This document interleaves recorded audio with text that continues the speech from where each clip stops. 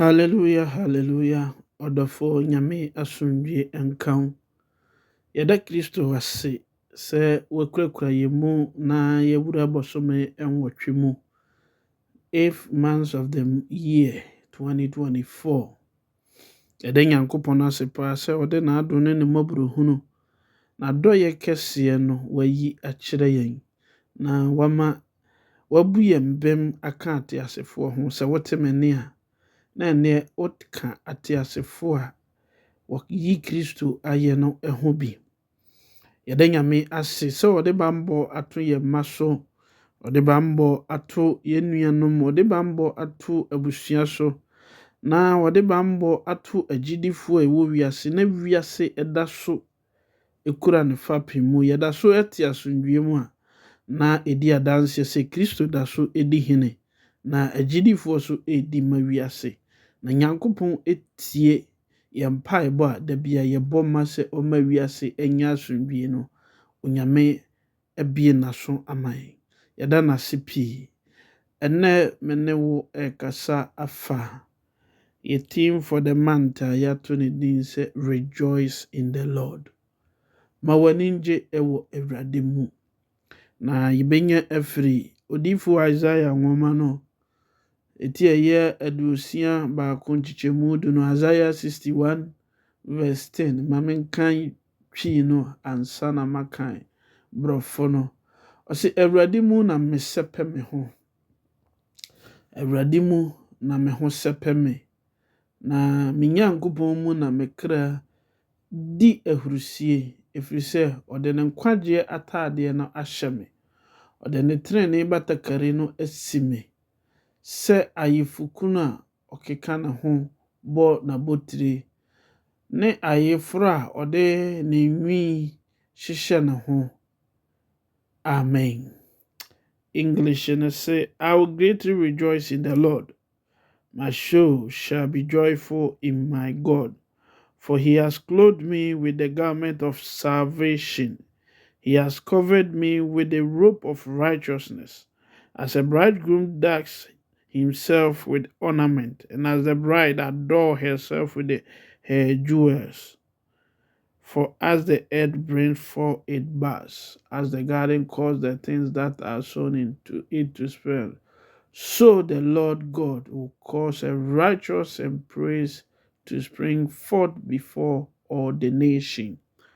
Sɛ deɛ Awurade asie nie, ma w'ani ngye Awurade emu, ɛfiri sɛ ɔde ne nkwagyeɛ no akata yɛn ho, ɔde ne nkwagyeɛ ataadeɛ no akata yɛn ho, na ɔde ne tenenee batakari no asi hɔ ama yɛn. Amen.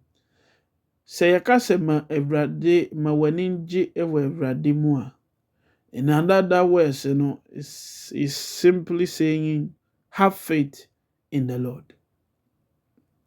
Have faith in the Lord. Adeɛ biara na wowɔ anidasoɔ ɛwɔ mu, wowɔ awerɛhyɛmu ɛwɔ mu no, ɛde anigye ɛna ɛba. Sɛ akwaraa kae sɛ ne maame ne ne papa ɛte ase, na nea obɛbisa biara ne nsa bɛka a, ɛma n'anigye. Sɛ obi hyɛ wo bɔ na ɔkyerɛ wo sɛ ɔbɛma wo deɛ w'akoma ɛpɛ, na sɛ wogye nipa no edi a, ɛno nso ɛma wo anigye. The rejoice in the Lord. Rejoice in the Lord. Ɛkyerɛ sɛ have faith in the Lord. Have faith in the Lord. The reason why you should have faith in the Lord, no, ɛne sɛ Onyankopɔn de ne nkwagyeɛ ataadeɛ no ahyɛ yɛn. Obi a wɔde ne ho ato Kristo so na wɔne no ɛnante no ɛwɔ anidasoɔ sɛ heaven akwantu a yɛretu yi no ɔbɛkɔ bi. Na ɛnyɛ ɛno nko.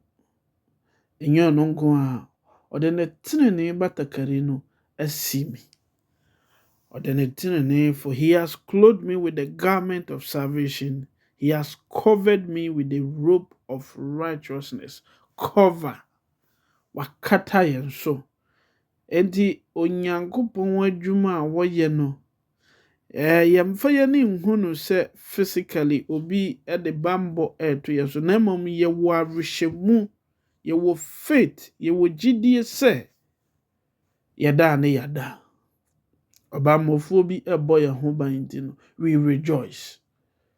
The Bible di adanseɛ sɛ ɔpendo bɛtotɔ wo benkum, ɔpendo bɛtotɔ wo nifa.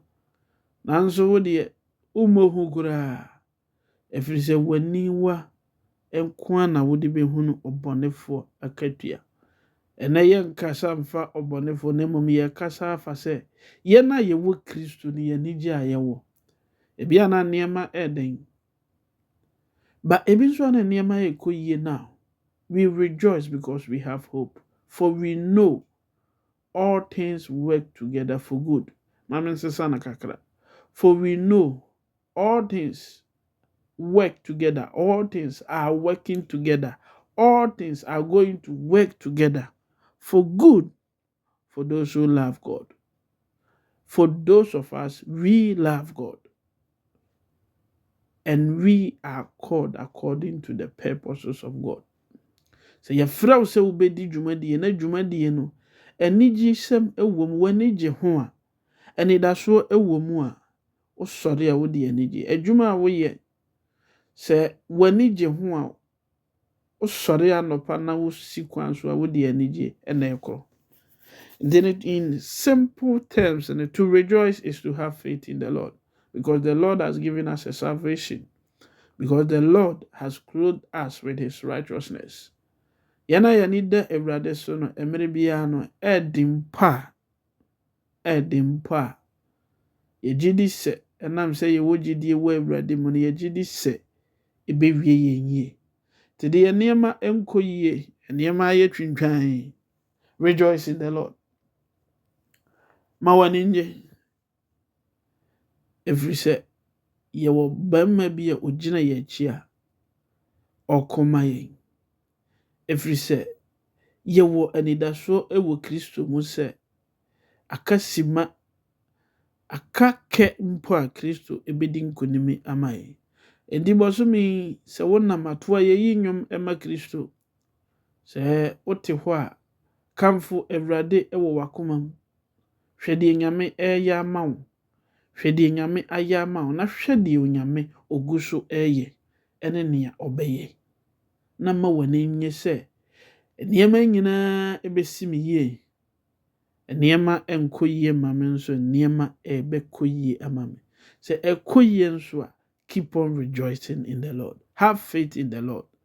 Yegidi sɛ Onyankopɔn ne ayɛ den ɛwɔ yabrabɔ mu. Onyame ebɛhwɛ ne ho animuonyam. Na ɔka bi nto aso sɛ for 11 no na sɛdeɛ asase ma afifidie pie na turo ma de wadua mu fifiri no saa ara na me Ewurade Nyankopɔn mema trenee ne ayeyie afifiri amaman nyinaa mu. Amen.